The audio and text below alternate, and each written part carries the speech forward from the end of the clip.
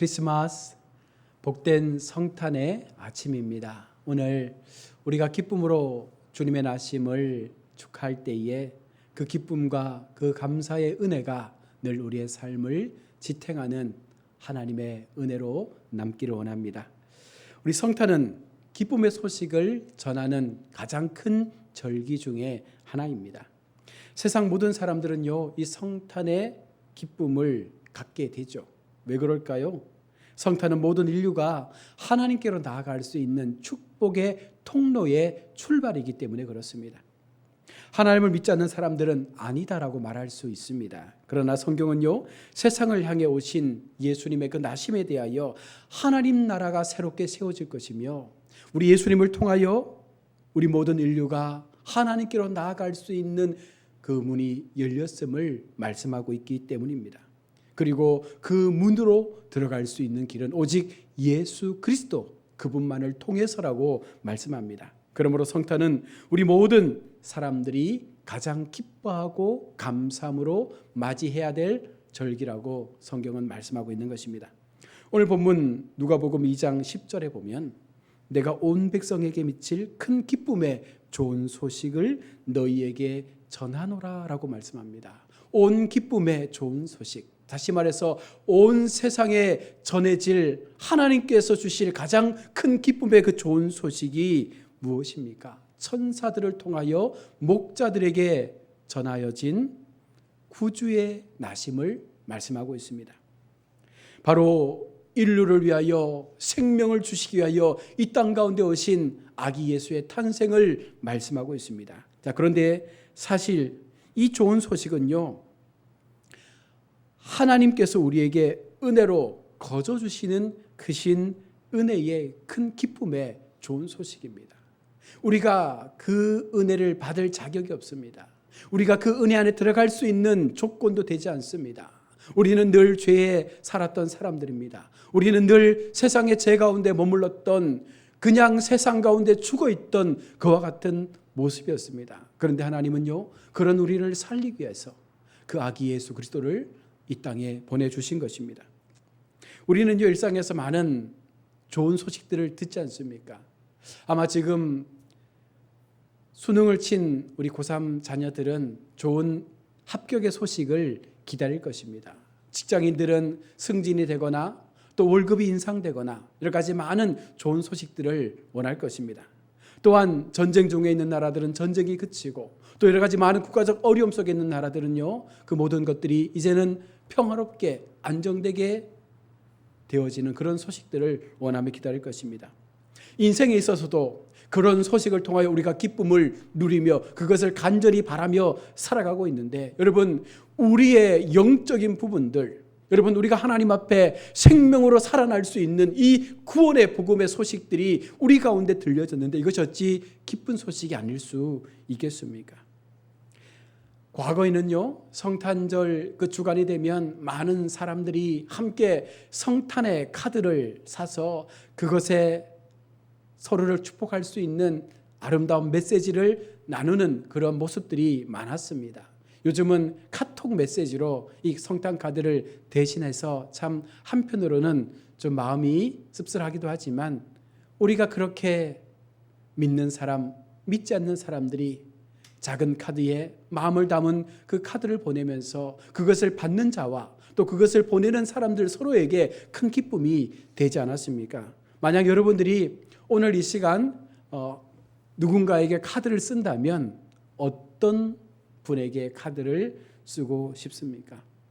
아마도 나와 관계가 있는 사람, 누군가로부터 도움을 받았던 사람에게 은혜를 갚고 싶어서, 혹은 내가 정말로 사랑하는 사람을 위해서, 아니면 그 실체가 없어도 먼저 떠나버린 그 사람을 그리워하는 마음으로 우리가 이렇게 카드를 써서 보낼 수 있을 것입니다. 여러분, 그러면 그 카드의 내용에 무엇을 적겠습니까? 한 해 동안 수고하셨습니다. 당신을 만난 것이 나의 삶의 큰 기쁨이었습니다. 계속해서 당신의 삶이 하나님의 은혜 속에 아름답게 세워져 가기를 원합니다.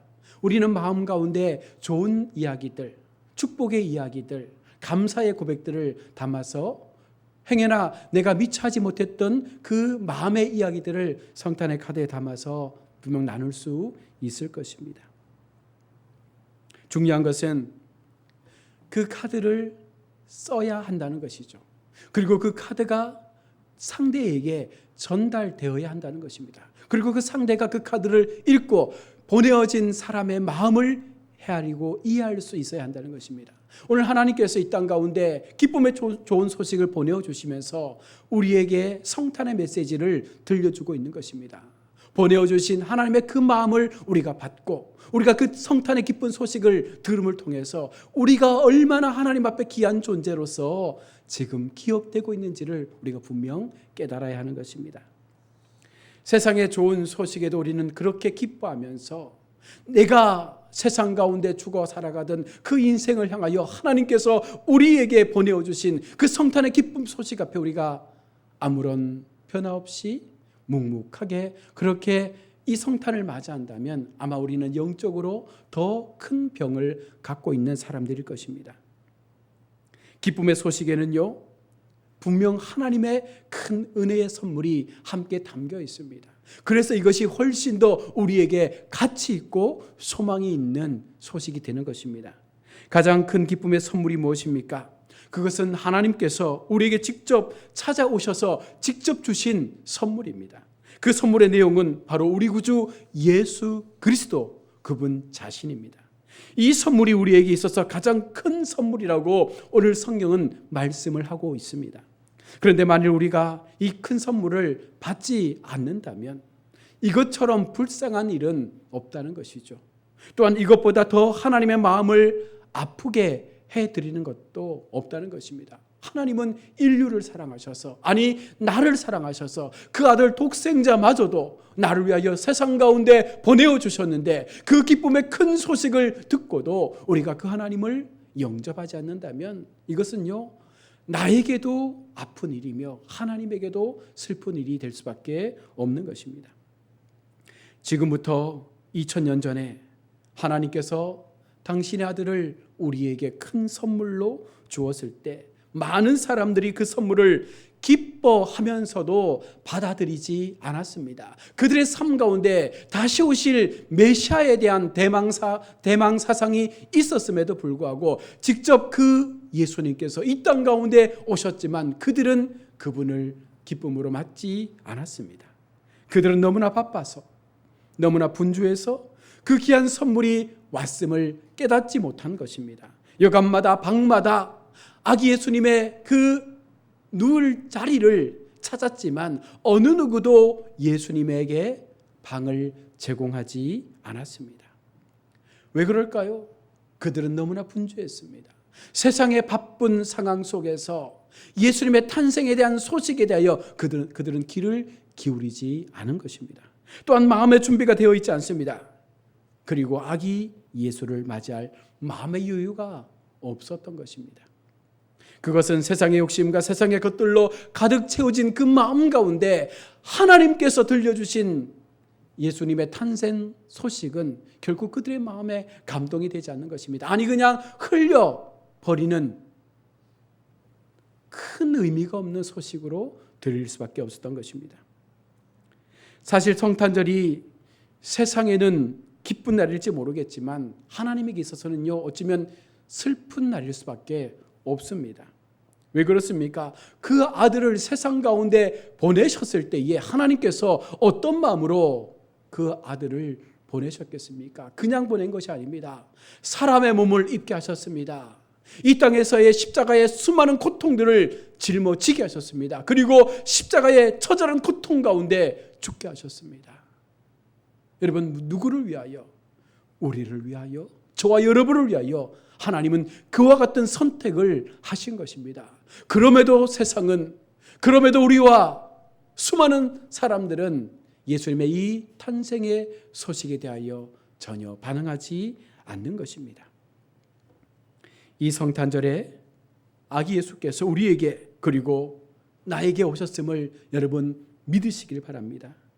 하나님께서 우리에게 너무나 크나큰 선물을 주셨다는 것을 기억하셔야 합니다. 내게 주신 선물 내가 받지 않고 그것을 다시금 돌려보낸다면 이것만큼 슬픈 현실은 없다는 것입니다. 이 성탄절에 이 같은 기쁨의 큰 소식, 가장 큰 선물 예수 그리스도를 우리의 마음으로 받아들이고 이제 다시 한번 주님께서 나와 함께 하심의 그 은혜를 기억하며 우리의 모든 시간들을 주님을 위하여 하나님 나라의 영광을 위하여 살아갈 수 있기를 주님의 이름으로 축원합니다. 여러분, 크나큰 기쁨의 선물 예수 그리스도. 여러분, 그 선물의 내용이 무엇입니까? 예수님께서 우리에게 무엇이며 누구이시길래 우리에게 큰 기쁨의 선물이 되신다라고 성경은 말씀하고 있는 것입니까? 첫째는 예수님은요, 우리에게 구원의 선물이기 때문에 너무나 소중하다는 것이죠. 오늘 본문 11절에 오늘날 다윗의 동네에 너희를 위하여 구주가 나셨으니 곧 그리스도 주시니라. 아기 예수가 누구입니까? 오늘 성경은 구주라고 말씀합니다. 구주는 나의 구원자, 나의 주님이라는 의미로 해석되어집니다. 이 땅에 구주로 오신 아기 예수님은요, 나를 죄에서 구원하실 영원한 생명의 주가 되심을 말씀하고 있습니다. 구원이란 예수 그리스도를 구주로 영접하여 새로운 사람이 되고 변화되어져서 새로운 인생의 삶을 살아가는 삶의 모습을 우리가 구원받은 성도의 삶이라고 말합니다. 이토록 죄인된 우리가 예수 그리스도를 영접함으로써 예수님만 믿음으로써 우리에게 하나님은요, 그와 같은 구원의 은혜를 주셨기에 예수 그리스도의 나심은 너무나 귀한 소식이 되는 것입니다. 여러분, 이것보다 더 큰 선물이 어디에 있겠습니까? 멸망받을 자가 구원 얻었다는 것입니다. 세상에 죽어있던 우리를 하나님의 생명으로 살리신 그 은혜가 오늘 예수님을 통하여 우리 가운데 증거되고 있는 것입니다. 두 번째는 예수 그리스도는 생명의 선물이기 때문에 귀한 것입니다. 12절 말씀을 보십시오. 너희가 가서 강보에 쌓여 구유에 누인 아기를 보리니 이것이 너희에게 표적이 되리라. 강보에 쌓인 아기는요, 생명 그 자체입니다. 하나님께서 이 땅에 예수 그리스도를 보내셨을 때에 그 강보에 쌓인 생명을 하나님은 우리 가운데 보내신 것입니다. 이것을 우리는 어떻게 해석할 수 있습니까?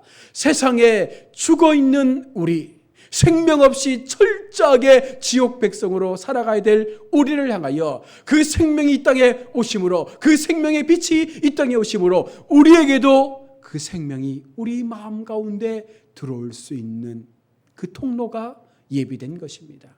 그래서 생명으로 오신 아기 예수님의 그 복음을 듣는 무리들에게 우리도 동일한 생명을 얻게 되는 것이고, 그 생명이 나의 삶 가운데 영접되어질 때에 더 이상 죽어가는 인생이 아니라 이제는 영원히 살아갈 하나님의 구원의 백성으로서의 삶을 살게 되는 것입니다. 예수님은요, 생명 그 자체입니다. 우리의 죄는 죽음으로 가는 인생의 모습이지만, 우리의 죄는 우리를 죽음으로 치닫게 하지만 예수 그리스도의 생명은 우리를 영원한 삶으로 인도하여 간다는 것입니다. 이같이 우리를 살리기 위해서, 생명 주시기 위해서 주님은 생명으로 이 땅에 오셨기에 너무나 값진 선물이 되는 것입니다. 요한복음 3장 16절 말씀처럼 하나님께서 이 땅을 이처럼 사랑하셔서 그 외아들 독생자 예수 그리스도를 바로 저와 여러분을 위하여 이 땅에 보내신 것입니다. 그리고 우리가 멸망하지 않고 영원토록 살도록 하기 위해서 그 독생자의 탄생을 하나님은 우리에게 선물로 허락하신 것입니다. 세 번째는요, 예수님은 임마누엘로 오셨기 때문에 복의 선물이 됩니다. 여러분, 마태복음 1장 23절에 보시면 보라, 처녀가 잉태하여 아들을 낳을 것이요 그 이름은 임마누엘이라 하리라. 임마누엘, 이 번역하면요, 하나님이 우리와 함께 하신다라는 거예요. 지금까지 우리는 어쩌면 홀로의 인생을 살았습니다. 배우자가 있고 가족이 있고 주변에 사람들이 있지만 결국은요, 우리는 처절한 고독 속에서 마지막 죽음을 맞이할 수밖에 없는 외로운 인생의 삶을 살았던 존재입니다. 그러나 이제 예수님께서 이 땅에 오심을 통해서 우리는 임마누엘의 하나님, 우리와 영원토록 함께 하시는 하나님, 그 죽음마저도 그분이 함께 하실 때에 그 죽음마저도 능히 뛰어넘을 수 있는 은혜로 우리를 지켜주실 것을 말씀하고 있습니다. 예수님을 영접함으로 우리는 영원히 하나님과 함께하는 동행의 삶을 살게 되는 것이죠. 여러분 한번 생각해 보십시오. 인생을 살아갈 때에 누군가와 함께 간다는 것, 누군가가 나의 인생에 영원토록 동행자가 되어준다는 것이 얼마나 크고 감사한 일이겠습니까? 여러분, 지금 우리 주님께서 그렇게 하시겠다는 거예요. 우리 주님께서 우리의 인생 가운데 영원토록 우리와 함께 해주시겠다 말씀을 하고 있는 것입니다. 네 번째는 바로 기쁨의 이 선물이 되는 이유가 바로 예수님 자체가 평화이기 때문에 그렇습니다. 14절 말씀에 지극히 높은 곳에서는 하나님께 영광이요 땅에서는 기뻐하심을 입은 사람들 중에 평화로다. 아기 예수님은 우리에게 평화의 왕이며 평강의 왕이시라고 이사야 9장 6절과 7절은 말씀합니다. 예수님께서 이 땅에 오신 목적이 무엇입니까? 이 땅을 평화로 다스리기 위해서, 이 땅에 무너진 하나님 나라의 평화를 이루기 위하여 우리 주님은 이 땅에 오신 것입니다. 아기 예수가 누구에게 그러면 평화가 되겠습니까? 아기 예수님께서 누구에게 평화의 왕으로 오셨습니까? 아무에게나 평화가 임하는 것이 아닙니다. 아기 예수님은요, 기뻐하심을 입은 사람들 중에 평화라고 말씀합니다. 기뻐하심을 입은 사람, 바로 하나님께서 기뻐하시는 자입니다. 하나님이 기뻐하는 자는 바로 하나님을 기쁘시게 해드리는 자이죠. 다시 말해서 예수님을 영접하고 내가 하나님을 믿음으로 고백할 때에 그가 바로 하나님 앞에 기뻐하심을 입은 자가 되는 거예요. 세상 사람들은 이해하지 못하죠. 예수의 탄생에 대해서, 그 평화에 대해서 깨닫지 못합니다. 늘 불안과 염려와 근심 속에 살아갑니다. 우리가 예수님을 바로 믿으면, 우리가 온전히 하나님을 아예 믿음의 하나님으로 고백하며 예수님을 통하여 하나님께로 나아가게 될 때에 여러분, 우리 마음 가운데 얼마나 큰 기쁨과 평화의 은혜가 넘쳐나는지 모릅니다. 그러하기에 우리는 고난 속에서도, 아픔 속에서도 오히려 그것을 감사로 승화시켜서 이 모든 것 하나님 앞에 영광으로 올려드리는 그런 믿음의 고백을 하지 않습니까? 여러분, 하나님을 기쁘게 해드리는 자 누구입니까? 하나님께서 우리에게 선물로 주신 예수 그리스도를 영접하는 자가 바로 하나님을 기쁘게 해드리는 자입니다. 또한 변화되어지고 거듭나게 되고 하나님의 거룩한 모습으로 예수 그리스도의 장성한 분량까지 자라나는 그와 같은 삶을 살아가는 사람들이 하나님 앞에 기뻐함을 입은 사람들입니다. 여러분, 그런 자들에게 하나님은요, 평화를 주신다는 거예요.